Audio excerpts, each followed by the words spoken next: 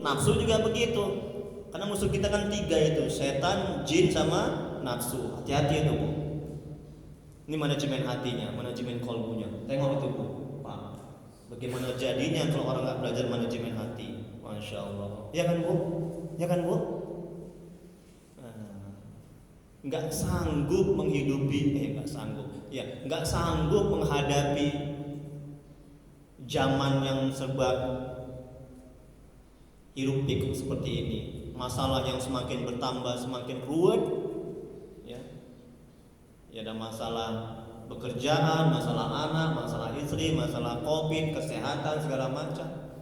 Orang yang nggak terampil menata hatinya, memanajemen hatinya, manajemen kolbunya, siap-siapnya dia sengsara menderita.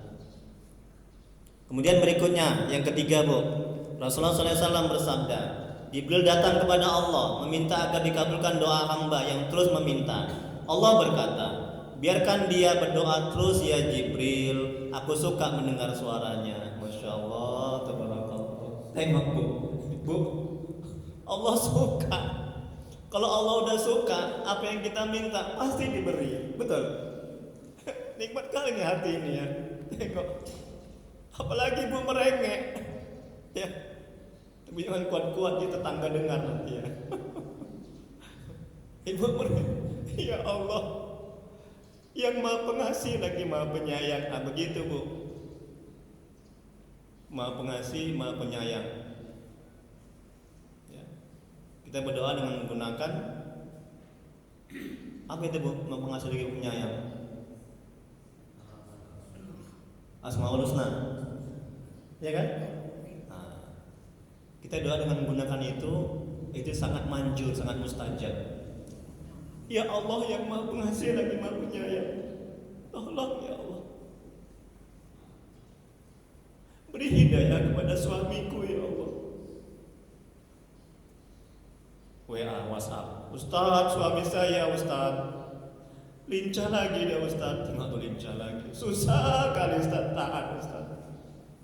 Kerjaannya judi, nongkrong di warung. Orang Malaysia. Jemaah saya banyak, Bu. Ada dari Hong Kong, Malaysia. WhatsApp group internasional. Namanya Ustaz internasional. Enggak sombong, Bu ya, cuman angku sedikit. Oh, enggak lah, ya bercanda. Iya, orang Malaysia. Kita dengar nanti dia. Ya, jadi nih, Allah suka. Kalau sudah Allah suka, ya, apa yang kita minta, apa yang kita hajatkan pasti dikasih. Tapi kalau Allah sudah benci, Allah nggak suka sama kita, ya, apa Pak Haji? Kiamatlah dunia, Bu. Makanya cari muka sama Allah, cari muka sama Allah. Macam mana cari muka sama Allah? Apa yang Allah suruh kita laksanakan. Allah suruh kita sabar dalam berdoa, kita laksanakan. Allah suruh kita pasrah dalam berdoa, kita laksanakan. Allah suruh kita bertawakal dalam berdoa, kita laksanakan. Suka Allah. Kalau ibu, apa yang suami perintahkan ibu jalankan. Suami kan akan cinta sama ibu, ya kan, Bu? Semakin sayang semakin suka. Tapi kalau misalnya ibu sering membangkang, sering nggak mau disuruh, bapak aja kan punya tangan, bahkan punya kaki, ya. Makin benci. Nah, begitu dia perumpamaannya, ya. Nah, ini Allah suka. Nah, makanya banyak-banyak berdoa. Itu sunnah Nabi itu. Kemudian dalam Al-Quran, perhatikan lagi, Bu. Allah menceritakan tentang Nabi Zakaria yang memohon anak dan dikabulkan Allah setelah 40 tahun lamanya. Masya Allah, tabarakallah. Tengok itu Nabi, Bu. Nabi Zakaria, Bu, yang gak ada dosa, yang dijamin masuk surga. 40 tahun dia baru dikabulkan. Nah, kita yang banyak maksiat dan dosa, masa mau cepet-cepet? Masa mau begitu doa langsung dikabulkan? Ya. Ini untuk menyadarkan dalam hati kita. Ini manajemen hati kita, Bu. Coba katakan dalam hati. Oh iya, Nabi aja lama baru dikabulkan. Sehingga kita bisa bersabar. Setan menjauh, hawa nafsu terkekang. Nafsu terkekang dan lemah, dan gak berkutik dan membisikkan keburukan-keburukan kepada kita. Ya. Nabi Musa berdoa agar Fir'aun binasa dan diaminkan oleh Nabi Harun. Setelah 40 tahun baru terwujud doa Nabi Musa. Nabi Yakub berdoa agar anak-anaknya diampuni karena menganiaya Nabi Yusuf. 40 tahun kemudian baru Allah mengampuni dosa anak-anaknya. Tengok itu kan. Itu nabi-nabi itu, Bu. Kemudian yang keempat, agar bisa baik sangka dan tidak ragu atas janji Allah. Macam mana manajemen hatinya, manajemen kalbunya. Bisa juga doa kita diganti Allah dengan terhindar dari musibah. Tengok, Bu. Kita minta sakit, kita minta sehat, tapi Allah ganti. Kita dihindari dari tabrakan, kita dihindari dari kecelakaan. Nah, begitu dia. Coba katakan dalam hati seperti itu manajemen hatinya. Oh iya, aku minta rezeki Allah belum kasih, kan nanti diganti Allah, diijabah oleh Allah dengan yang lain. Bu, oh Bu, ada nggak ibu minta ibu bisa ke masjid ini sekarang? Ada? Nggak ada. Jarang itu. Ya Allah, beri aku kemudahan untuk bisa mengikuti majelis taklim sama Ustaz Tri. Jarang seperti itu. Kita nggak minta. Boleh jadi ibu bisa kemari, ya. Itu atas digantinya pengabulan doa ibu yang belum terkabul. Paham maksudnya kan? Ibu minta rezeki, tapi Allah belum kasih. Allah ganti yang lain. Allah mudahkan ibu kemari.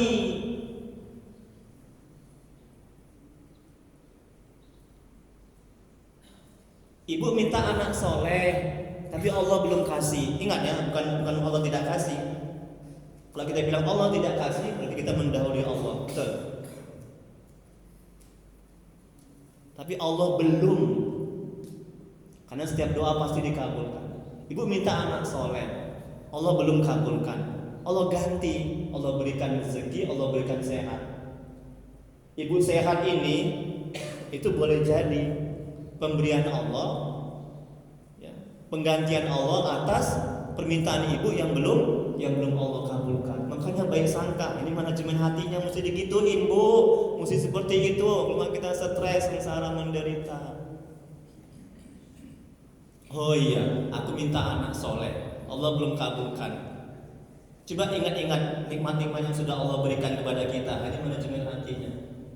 Allah sudah beri aku sehat, kita nggak kena COVID, kita bisa bekerja, bisa ibadah. Kan rezeki itu tidak hanya duit, ini kan Pak Haji. Sehat itu rezeki, ilmu rezeki, semakin dekat dan mengenal Allah itu rezeki, iya kan? Jadi jangan picik dalam memahami rezeki. Ketenangan hati rezeki, anak yang taat soleh rezeki. Iya, nggak ada bala rezeki. Rezeki yang paling bernilai adalah marifatullah, mengenal Allah. Masya Allah, tabarakallah. Bu, rezeki yang paling bernilai, yang paling berharga, yang tidak pernah mati dan kekal adalah marifatullah, mengenal Allah. Ya Allah, nikmat. Ada duit, nggak ada duit, tenang hati, mengenal Allah. Dicaci, dihina, dijauhi, tenang hati. Ditinggalin istri, suami, tenang hati. Anak belum taat, tenang hati. Ini kalau Allah sudah mengenal Allah, ya Bu ya. Insya Allah nikmat kali. Kalau bisa sampai malam aja ngaji ini ya. Ustaz enak kami ya Bu, nampak muka wajah ibu ini cerah-cerah semuanya. Ini hati-hati ibu ini bersih. Kan wajah ini kan, hati ini kan memancarkan wajah, cerminan dari wajah. Kalau hati bersih, kan wajahnya nih bersinar, berseri, ya, bercahaya. Kecuali yang ada utang, kayaknya wajahnya agak murung nih. Enggak ya. Bercanda. Astagfirullah. Berikutnya Bu, yang mana Bu sekarang? Yang terakhir, nomor 4, 6. Jangan marah lah Bu, 6 kata Ibu. Baru saya puji tadi. Enam Ustaz, gitulah Bu ya. Tapi udah lembut hatinya. Alah ibu ini pun ini enam ya. Oke, yang enam Bu ya, bercanda ya Bu ya. Bisa juga Allah simpan pengabulan doa kita di akhirat. Tengok nih kata Imam Ibnu Athaillah Sakandari, semoga Allah meridhoinya. Allah simpan pengabulan doa kita di akhirat. Jadi pengabulan di akhirat itu lebih bermakna, lebih bernilai, lebih berharga ketimbang pengabulannya di dunia. Kalau kita tahu ini manajemen hatinya, manajemen kolbunya, oh iya doaku belum dikabulkan, kan nanti aku ambil, kan aku nanti kan Allah akan berikan nanti di akhirat. Setan menjauh, hawa nafsu melemah, terkekang, akhirnya kita bisa bersabar ketika doa kita belum dikabulkan. Yang terakhir, kalam hikmah ini memberikan pengertian kepada kita agar jangan sekali-kali meragukan janji Allah. Allah akan menepati janjinya dan akan menolong kita. Kalau kita ragu, maka akan merusak mata hati. Tengok tuh Bu, basirah. Basirah itu mata hati, serta memadamkan nur cahaya rahasia hati kita. Cahaya meredup bahkan hilang kalau kita ragu atas janji Allah. Jadi kalam hikmahnya Syekh Imam Ibnu Athaillah Sakandari, beliau mengatakan, jangan Anda diragukan pada janji Allah oleh sebab tidak atau belum terjadi sesuatu yang dijanjikan, meskipun zamannya telah tertentu. Hal ini supaya jangan ada keraguan itu menimbulkan kerusakan pada mata hati Anda dan memadamkan nur cahaya rahasia hati Anda. Jadi kalau kita ragu, ya nggak yakin atas janji Allah, atas diperkenankannya doa kita, itu akan bisa merusak mata hati kita, merusak hati kita, terhijab. Dan ingat Bu, kalaupun misalnya doa kita terkabul, Bu, perhatikan Bu, kalaupun misalnya doa kita terkabul, diijabah, itu semata-mata bukan karena doa kita. Ya. Doa kita terkabul itu bukan karena doa kita, bukan karena usaha kita. Bagaimana mungkin, ini nanti ada kalam hikmahnya berikutnya. Bagaimana mungkin, kata Al-Imam, doamu itu yang sekarang menjadi penyebab terkabulnya atas apa yang Allah sudah tentukan di masa azali. Masya Allah, Pak Haji dia tahu. Nikmat kali ya. Bu,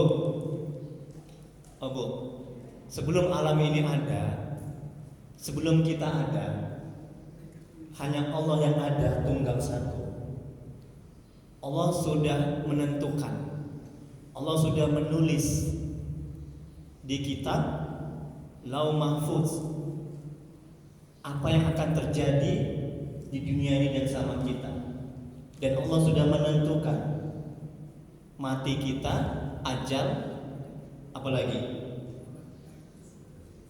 kita neraka atau sengsara atau menderita atau bahagia, kemudian rezeki, jodoh. Dan apa yang kita minta itu sudah selesai dibagikan, sudah selesai ditentukan sebelum alam ini ada. Kita minta sehat, Bu, kita minta sehat. Sebelum kita ada, alam ini ada, Allah sudah menulis, sudah menentukan bahwa Allah akan mengabulkan ketika kita minta sehat. Jadi bagaimana mungkin, ini saya pelan-pelan mengucapkannya supaya paham dan ngerti. Jadi bagaimana mungkin doa kita yang belakangan, permintaan kita yang belakangan menjadi penyebab terkabulnya apa yang kita hajatkan dan inginkan. Itu artinya bukan Karena doa kita maka terkabulnya apa yang kita inginkan. Bukan karena usaha kita, bukan karena tahajud kita. Ini tolong dipahami. Supaya apa? Supaya kita nggak jumawa, nggak merasa hebat, nggak merasa mulia, nggak merasa berjasa. Ini manajemen hati. Ketika doa kita terkabul. Oh, ibu itu kan bisa sholat karena aku, karena doa. Anakku ini bisa taat kan karena doaku. Aku bisa kaya begini karena doaku. Kita nggak akan bilang begitu. Dan kita tidak akan melupakan Allah yang pada hakikatnya yang mengabulkan doa kita. Paham itu ya? Kau kalau nggak aku doakan, sengsara kau, menderita kau. Kita nggak akan bilang begitu. Paham ini ya? Ini manajemen hatinya tolong seperti itu. Jadi terkabulnya doa kita bukan karena doa kita. Terkabulnya doa kita karena Allah, karena rahmatnya, karena karunia-Nya, karena anugerahnya. Ini tolong didudukan hati seperti itu agar tidak timbul ujub. Apa ujub? Ujub adalah merasa, ujub itu bangga dan merasa atas kemampuan, kesanggupan, bantuan, pertolongan dia sendiri. Jadi setan itu rusak amal kita. Oh, nanti kita akan sampai ke situ. Paham ya Bu ya? Satu lagi, ketika mau berdoa, sebelum saya tutup dengan pertanyaan, ketika kita mau berdoa, manajemen hatinya, coba timbulkan kesadaran dalam hati, akal pikiran kita. Ketika kita mau berdoa, ya, yang pertama, jadikan doa kita itu sebagai ibadah, dapat pahala kita. Yang kedua, menjalankan perintah Allah. Yang ketiga, jangan hati, akal pikiran kita bergantung kepada objek-objek nafsu. Jangan hati, akal pikiran kita bergantung kepada apa yang kita hajatkan, apa yang kita inginkan. Kalau kita punya hutang, jangan hati, akal pikiran kita terus bergantung kepada hutang. Rusak doa kita. Stres, sengsara, menderita ketika hutang kita belum lunas. Ketika kita mau berdoa, jadikan doa kita itu sebagai ubudiyah, ya, sebagai untuk mendekatkan diri kita kepada Allah, bertakarub kepada Allah, untuk sebagai ibadah.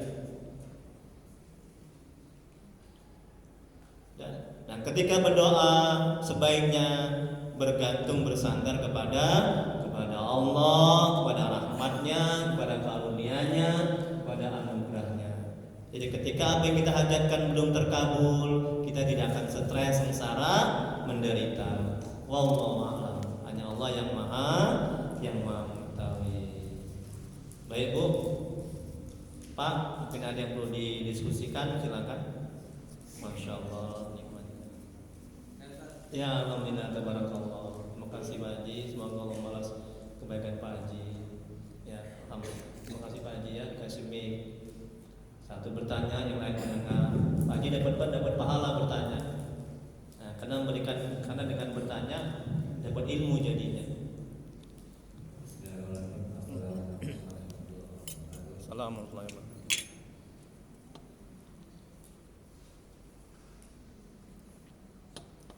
Di sini Ustaz, nah habis saja 4 tahun. Pinter, 40 tahun juga ada. Masya Allah pinter. Masalahnya, Iya. jika Hah? dalam Dalam rumah tangga ada masalah tentang PHK. ada PHK pekerjaan. Iya, contoh apa? Berdoa. Oh, sampai 4 tahun baru tahu gimana? Oke, dengan terima kasih. Pinter Pak Haji ya. Memang jemaah sini pinter-pinter memang, alhamdulillah. Tabarakallah ya. Masuk di akal kan? Ustaz, bagus sekali Pak Haji. Semoga Allah membalas kebaikan Pak Haji ya. Maaf saya mau nanya dulu, Pak Haji kerja sekarang, masih kerja ya? Alhamdulillah ya. Masih kerja. Ustaz, ini Nabi nih itu dikabulkan, ada yang 40 tahun baru dikabulkan, ada yang 4 tahun baru dikabulkan. Nah Ustaz, kalau misalnya dalam rumah tangga, nah kita di PHK bekerja, ini sekarang banyak di PHK karena COVID ya. Nah kalau dikabulkannya sampai 4 tahun lamanya, macam mana kita makan? Pintar Pak Haji ya, Masya Allah, tabarakallah ya. Sekarang saya tanya sama ibu, Bu, Allah kaya apa miskin Bu? Allah maha kaya, Allah maha mengetahui. Setiap ketentuan Allah tidak akan memudaratkan, tidak akan membinasakan, tidak akan menjerumuskan hambanya. Allah tunda doa kita terkabul sampai 4 tahun baru dapat kerja. Pasti kita akan makan, pasti kita nggak akan mati. Balik lagi, yakin akan janji Allah. Sekarang saya tanya sama bapak-bapak. Bapak-bapak kan ada yang pensiun, ada kan? Pensiun ada nggak dapat gaji? Ada yang nggak ada? Ada yang ada yang nggak ada dapat gaji. Sampai sekarang kan bapak masih hidup. Coba Allah maha kaya itu. Dari mana coba bapak makan? Allah gerakkan hati anak untuk memberikan bapak. Tengok kan? Betul kan?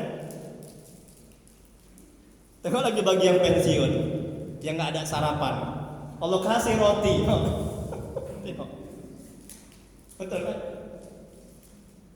Ini untuk menambah keimanan, keyakinan. Allah itu nggak tuli, Allah itu nggak miskin. Allah maha tahu. Setiap ketentuan Allah pasti baik kepada hambanya. Nggak mungkin, demi Allah, nggak mungkin Allah menyengsarakan hambanya. Kalaupun sampai 40 tahun ditunda nggak dapat kerja, sampai 4 tahun nggak dapat kerja ditunda, pasti dia akan makan. Dengan cara lain, pintar Pak Haji. Jadi kalau dikasih anaknya, atau mungkin ada orang yang sedekah. Tengok wali-wali Allah itu Bu, di kitab ahli kami nih. Wali-wali Allah, orang-orang soleh, kerjaannya ibadah aja. Nah kan ada hikmah yang pertama kalau nggak salah, tajrid dan asbab. Iya kan? Orang tajrid ini hanya melulu ibadah. Dari mana dia makan? Tok tok tok, ini tuan ada beras. Tok tok tok, ini tuan ada sedekah. Allah gerakkan orang-orang memberikan dia nggak ada kerjanya. Tapi jangan dicontoh Bu, Pak, kita belum sampai ke sana makom kita. Aku zikir aja lah di rumah. Nanti kan ada tok-tok orang yang sedekah. Iya, mati kelaparan kita. Makom kita belum sampai ke sana. Mereka sudah dekat kepada Allah. Kita makom asbab. Makom asbab itu makom di mana di samping kita ibadah untuk memenuhi kebutuhan kita dengan bekerja. Paham ya Bu ya? Ya Pak ya? Nah, gitu. Pasti nggak mungkin. Dan kayaknya kita nggak pernah lah ditunda sampai 4 tahun. Betul kan? Jarang. Ada cuma jarang kalau kayak kita. Paling kalau misalnya kita sakit ditunda sampai seminggu, 2 minggu atau sebulan, ya kan? Paling kalau kita nggak ada kerja, ya Allah beri aku kerja ya Allah. Nggak ada kerja ya Allah, beri aku rezeki ya Allah. Paling ditunda sebulan 2 bulan, nggak sampai setahun. Itu biasanya. Memang ada juga sampai bertahun-tahun. Kok nganggur? Iya, aku nggak ada kerja nih, capek aku, pagi siang malam aku usaha, nggak dapat juga. Udah 2 tahun aku nganggur, ada. Wallahu a'lam bishawab, hanya Allah yang mengetahui jawaban. Nikmat. Ada lagi? Ya, ibu-ibu ada satu nih untuk yang bertanya, ada rezeki dari pengajian ini. Alhamdulillah, wassalam, tabarakallah, pinter kali Pak Haji ya. Pengurus masjid ini ya, alhamdulillah. Satu lagi dari ibu, silakan. Tunggu sebentar Pak Haji. Itu berupa apa tuh Pak Haji? Rezeki ya, hadiah ya, sedekah ya. Tengok, ada Bapak semalam Ada nggak minta sama Allah hadiah rezeki seperti itu? Ada, tapi Allah kasih kan. Tengok, kita nggak minta aja. Tahu Bapak, ini contoh satu. Dia nggak minta sama Allah, ya. Tapi Allah Maha tahu, ya. Allah Maha kaya. Itu apa isinya Pak? Gula. Bosnya gula Bapak ini habis. Itu menambah keyakinan kita itu Pak, Bu, ya. Jadi jangan buruk sangka kepada Allah. Ya, ini kita mengecas keimanan kita, ya, mengecas ini kan. Tengok kan, Masya Allah, tabarakallah. Terima kasih ya Pak Haji ya, pengurus masjid ini ya. Semoga Allah membalas kebaikan pengurus masjid ini ya. Amin ya rabbal alamin. Jazakumullahu khairan ya. Kalau kita nggak bisa, ya alhamdulillah. Silakan Ibu Hajat. Apa kabar Bu? Sehat Bu? Masya Allah. Ibu ini hatinya bagus, wajahnya kan berseri. Waalaikumsalam warahmatullahi wabarakatuh. Iya, silakan Bu. Kayaknya minyak belum hidup ya? Oh udah, kuat sedikit suaranya Bu ya. Dekat sedikit ke mulut Bu. Iya. Innalillahi wa inna ilaihi raji'un.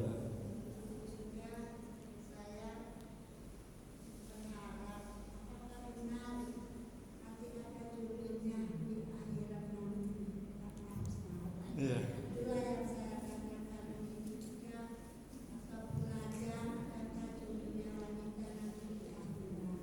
Iya.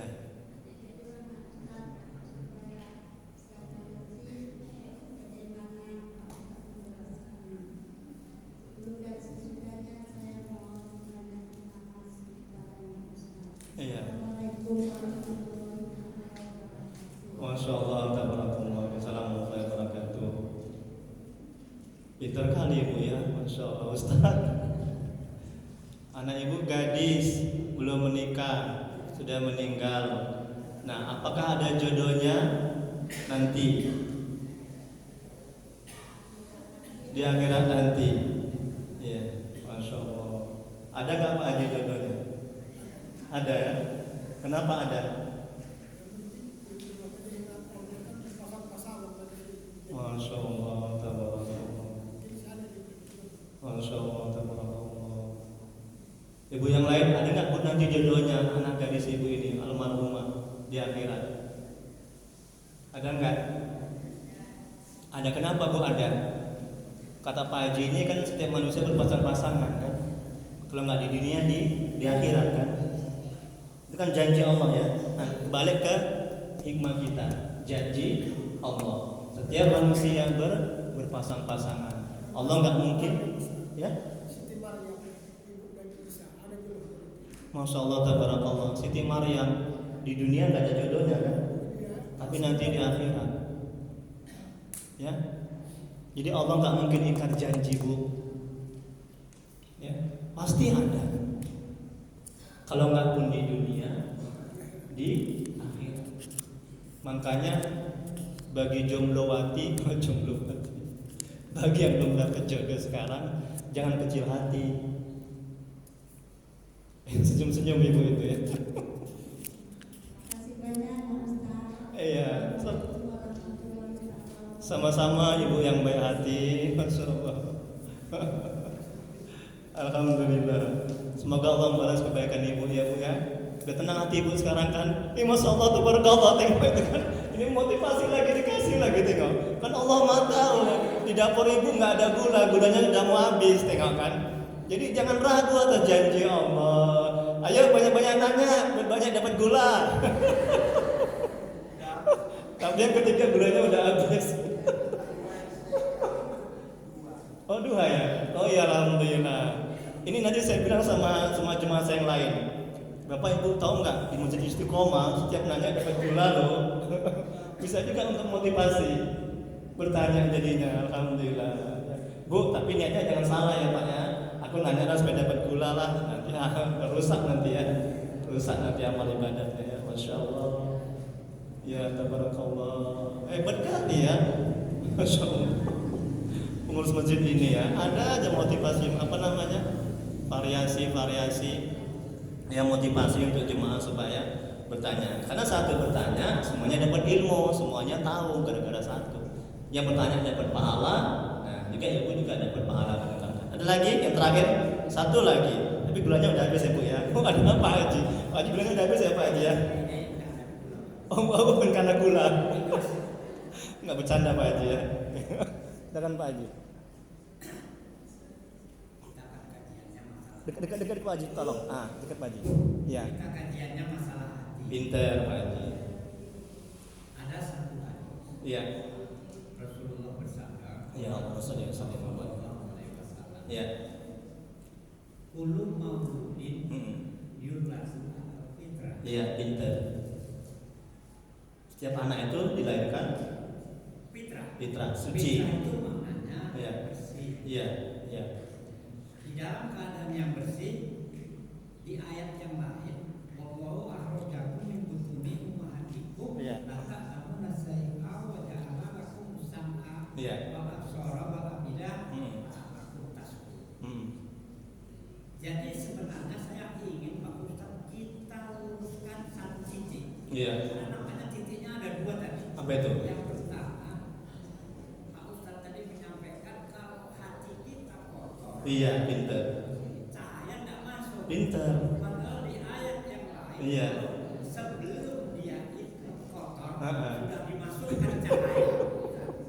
Jadi karena di sini bersih, maka keluar dari yang ditanamkan Allah tadi itu, Iya. nurnya, Iya. akan keluar melalui lidah. Iya. Jadi apabila di sini bersih, maka lidahnya bagus ngomongnya. Iya. Jadi Pinter. sesuaikanlah satu titik bagaimana. Ya. Pinter kali Pak Haji ya. Hebat kali pertanyaannya ya. Alhamdulillah jemaah-jemaah di sini emang luar biasa. Ustadz, setiap anak dilahirkan dalam keadaan fitrah, suci, bersih, dan sudah ada cahaya dalam hati kita ketika kita dilahirkan sampai kita besar, sudah ada cahaya. Nah kemudian bagaimana dengan tadi kata Ustadz, kalau hati kotor cahaya nggak masuk? Wah bagus sekali pertanyaannya. Bapak, ibu-ibu juga bagus, bapak juga bagus sekali. Semoga Allah membalaskan. Nah, jadi begini penjelasannya. Memang benar cahaya dalam hati kita sudah ada. Tinggal lagi ya cahaya itu. Nah, makanya ada ulama mengatakan dalam kitab Al-Hikam juga, ketika cahaya sampai di telinga, maka telinga akan melihat yang baik-baik. Ketika cahaya sampai di mata, maka mata akan melihat yang baik-baik. Ketika cahaya sampai di akal pikiran, maka akal pikiran akan berpikir yang baik-baik tentang Allah. Nah, kenapa orang nggak mau taat? Mata nggak mau dibuat untuk membaca Quran? Karena cahaya dalam hati itu nggak sampai ke mata. Kenapa bisa begitu? Karena hati ini kotori dengan maksiat dan dosa. Jadi ketika hati banyak maksiat dan dosa, hati hitam, maka cahaya dalam hati ini itu tidak akan bisa terpancar. Sudah ada memang cahaya itu, cuman dia meredup, terkekang, terhijab oleh banyaknya maksiat dan dosa. Itu yang pertama. Udah Bu? Kemudian ada juga cahaya yang diberikan sama Allah. Sudahlah cahaya kita yang dibawa dari lahir itu meredup, nggak terpancar karena banyak maksiat dan dosa. Ketika Allah ingin memberikan cahaya tambahan ke dalam hati kita, nggak menerima. Ibaratnya antena itu kalau bekarat nggak masuk siaran.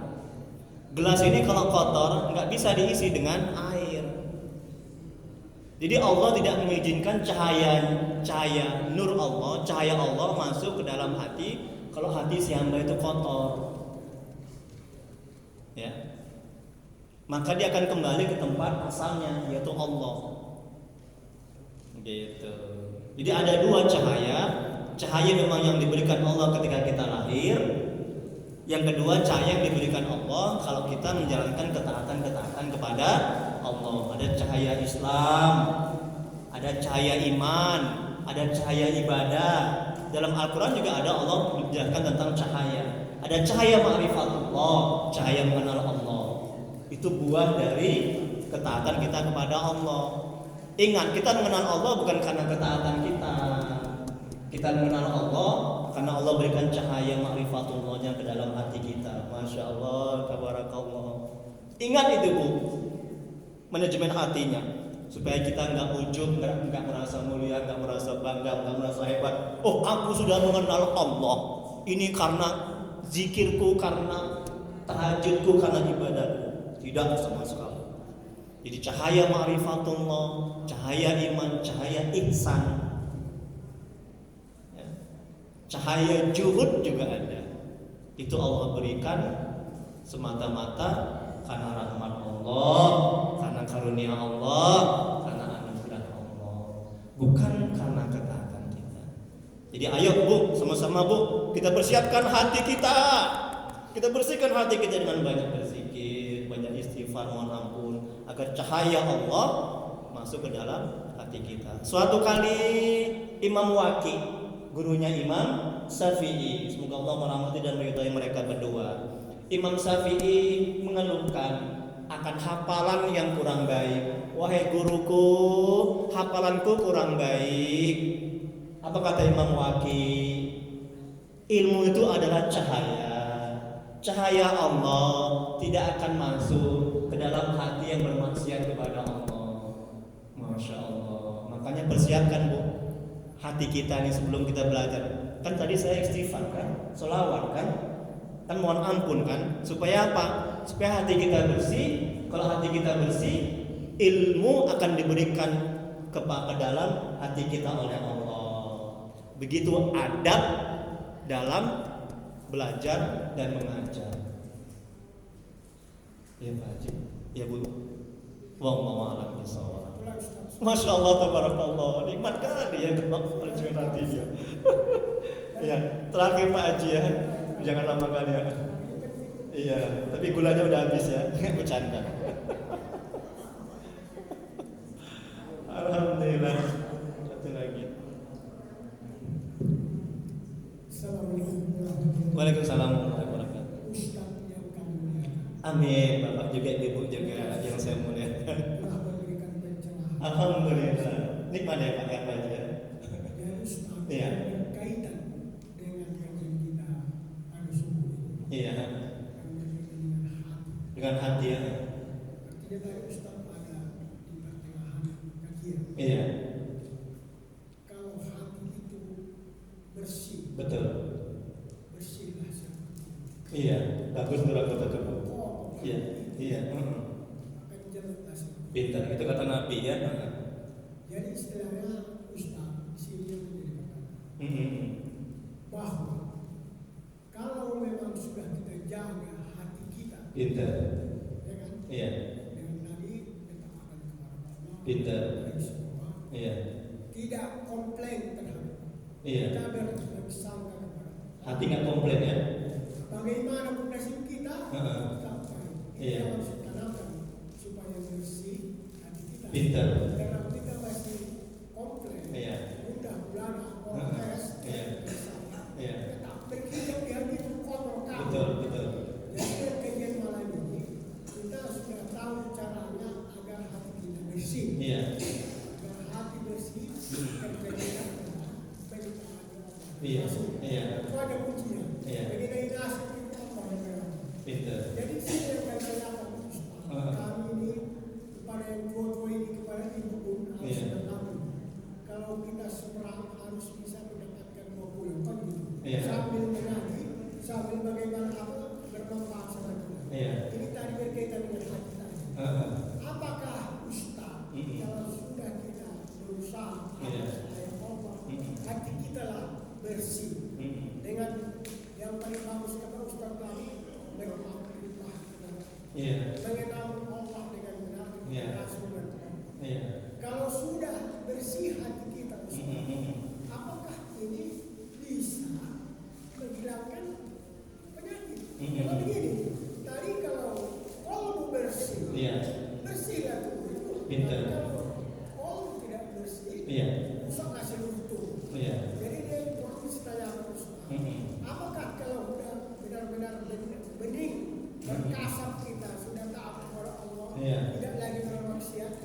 bisa menyehatkan Badan. Iya. Masya Allah, tabarakallah, pintar, alhamdulillah. Semoga Allah membalas kebaikan Pak Haji ya. Bagus. Ustaz, Rasulullah SAW bersabda dalam hadisnya bahwa di dalam tubuh ini ada segumpal daging. Apabila dia baik, maka baiklah seluruh anggota tubuh. Apabila dia tidak baik, maka tidak baiklah seluruh anggota tubuh. Apakah itu? Itulah dia hati.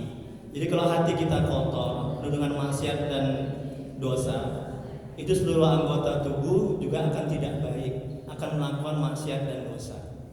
Nah, jadi pertanyaannya Ustaz, apakah kalau misalnya hati ini sudah baik, sudah bersih, itu akan bisa berpengaruh kepada kesehatan tubuh kita? Masya Allah.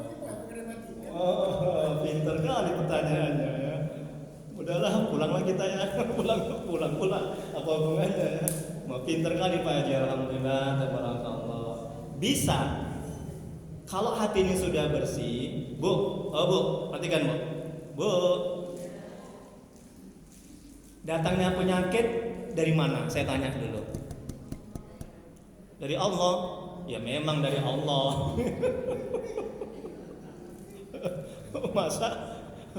Masa dari tetangga kan enggak ya? Iya, enggak maksud saya, oh pintar ya, betul bagus, hebat Ibu ya, dari Allah. Ya maaf Bu ya. Itu jawaban yang pintar. Tapi yang saya maksud ada dua penyakit itu datang. Yang pertama dari hati yang kotor, yang kedua dari makanan. Wah, dapat ilmu lagi kan? Makanya kalau ngaji sama Ustaz Tri ini daging semua, ilmu semua. Bercanda ya Bu ya. Ustaz, yang dimaksud dengan dari hati, kalau hati kita kotor, kontak ke akal pikiran, kontak ke seluruh tubuh. Udah, pikiran menjadi kacau, stres dan stroke. Betul nggak? Makanya ketika orang kena COVID, Bu, ketika orang kena COVID, kan penyembuhan yang paling bagus selain obat kan iman. Betul kan? Kalau iman bagus, hati baik, imun pun kuat. Imun menguatkan, betul gitu kan? Tapi kalau misalnya iman kita, hati kita stres, kena COVID, memburuklah tubuh kita. Ya. Iman kuat, imun kuat. Iman rusak, imun juga lemah. Nah, jadi ketika hati nggak baik, kontak ke akal pikiran, akhirnya stres dan stroke. Kenapa orang stroke? Karena hatinya nggak baik. Bagus sekali pertanyaan Pak Haji. Semoga Allah membalas kebaikan Pak Haji. Nah, makanya supaya jangan stroke, jaga hati. Itu yang pertama. Yang kedua mengenai hati, ini coba praktekkan, sudah saya amalkan. Ketika kaki ibu sakit, ini manajemen hatinya, misalnya asam urat, kolesterol, coba jangan hati akal pikiran ibu terfokus kepada yang sakit. Yakinlah, tambah sakit itu kaki. Iya, saya udah ngalami itu. Ini saya praktekkan, makanya saya bagi ilmu saya. Tapi hati, akal pikiran ibu fokuskan, ingat kepada Allah, berzikir. Pasti nggak sakit lagi kaki itu. Jadi jangan hati kita arahkan kepada yang sakit. Itulah hubungan hati dengan badan, dengan penyakit. Itu artinya hati ini memang membuat sembuh, membuat sehat badan kita. Persis kata Nabi, kalau hati sakit, badan sakit. Kalau hati sehat, badan sehat. Kan sering kita perhatikan, Bapak nggak ada duit, tapi badan Bapak kok sehat ya? Sering kan? Ada orang badannya gemuk, hatinya berpenyakit, akhirnya nampak murang durjana mukanya, nampak nggak sehat badannya. Dan yang kedua, sumber dari penyakit adalah makanan. Makanya Nabi menasihati kita supaya banyak berpuasa, terutama puasa sunnah. Karena dengan puasa, Rasulullah SAW bersabda, puasalah kamu maka kamu akan sehat. Jadi makanan itu sumber dari penyakit. Ya. Tapi yang terutama Bu, Pak, hati. Kalau hati kita sehat, hati kita bersih, pasti tubuh kita akan kuat. Pasti kita akan ringan menjalankan ketaatan. Ya. Dan hati kita nggak dengki, nggak iri, nggak takabur. Ya, senang melihat orang susah, susah melihat orang senang. Tetangga beli kulkas kita yang kedinginan, tetangga naik pangkat kita yang opname. Ada orang begitu kan? Ibu-ibu bawa gelang kayak pelak becak, tengok tuh gelangnya itu, pasti kredit gitu kan? Dengki hatinya, busuk aja hatinya, nggak suka melihat orang susah, susah melihat orang senang melihat orang susah.